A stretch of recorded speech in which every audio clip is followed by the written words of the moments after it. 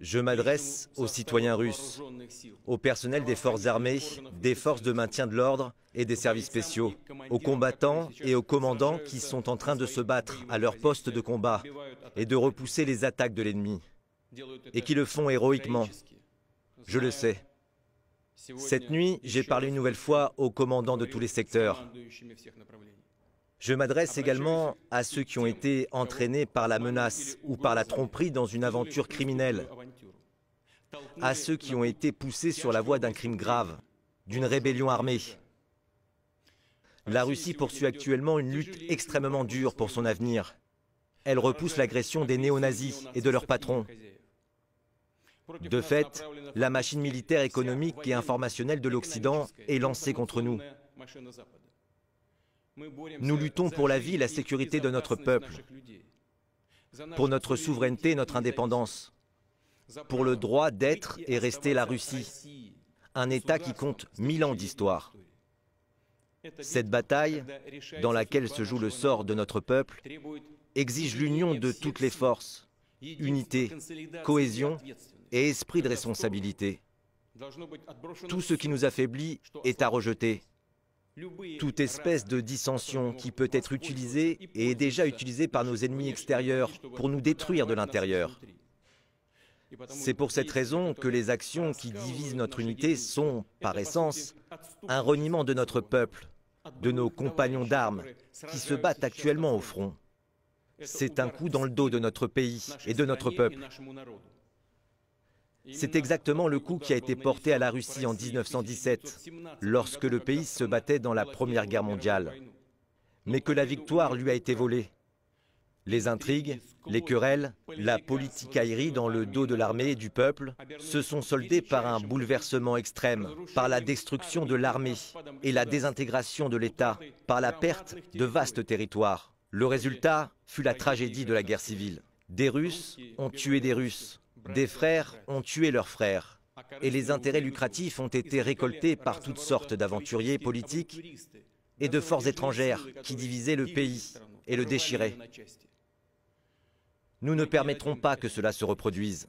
Nous protégerons notre peuple et notre État contre toutes les menaces, y compris la trahison interne. Et ce à quoi nous avons été confrontés, c'est précisément à une trahison. Des ambitions démesurées et des intérêts particuliers ont conduit à la trahison de leur pays, de leur peuple, et de la cause pour laquelle les combattants et les commandants de Wagner se battaient et mouraient aux côtés de nos autres unités.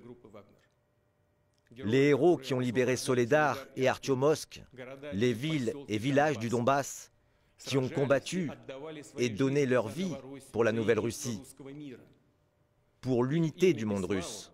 Leurs noms et leur gloire ont également été trahis par ceux qui tentent d'organiser une rébellion, poussant le pays vers l'anarchie et le meurtre fratricide, vers la défaite et, en fin de compte, la capitulation. Je le répète, tout front intérieur est une menace mortelle pour notre souveraineté, pour nous en tant que nation. C'est une attaque contre la Russie, contre notre peuple.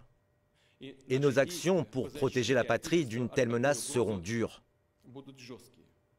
Tous ceux qui se sont consciemment engagés sur la voie de la trahison, qui ont préparé une insurrection armée, qui ont choisi la voie du chantage et des méthodes terroristes, subiront un châtiment inévitable, répondront devant la loi et devant notre peuple. Les forces armées ainsi que d'autres autorités publiques ont reçu les ordres nécessaires et des mesures antiterroristes supplémentaires sont en train d'être mises en place à Moscou, dans la région de Moscou et dans un certain nombre d'autres régions. Des actions résolues seront également entreprises pour stabiliser la situation à Rostov-sur-le-Don. Elle demeure difficile, le travail des autorités civiles et militaires étant de fait bloqué. En tant que président de la Russie et commandant en chef, en tant que citoyen russe, je ferai tout pour sauvegarder le pays, de défendre l'ordre constitutionnel, les vies, la sécurité et la liberté des citoyens. Ceux qui ont orchestré et médité l'insurrection armée, qui ont levé l'arme sur leurs frères d'armes, ont trahi la Russie. Ils en répondront. J'exhorte ceux qui tentent d'entraîner dans ce crime à ne pas commettre une erreur fatale et tragique, une erreur irréparable, à faire l'unique bon choix, c'est-à-dire à cesser de participer aux actes criminels. Je crois que nous préserverons et saurons défendre ce qui nous est cher et sacré,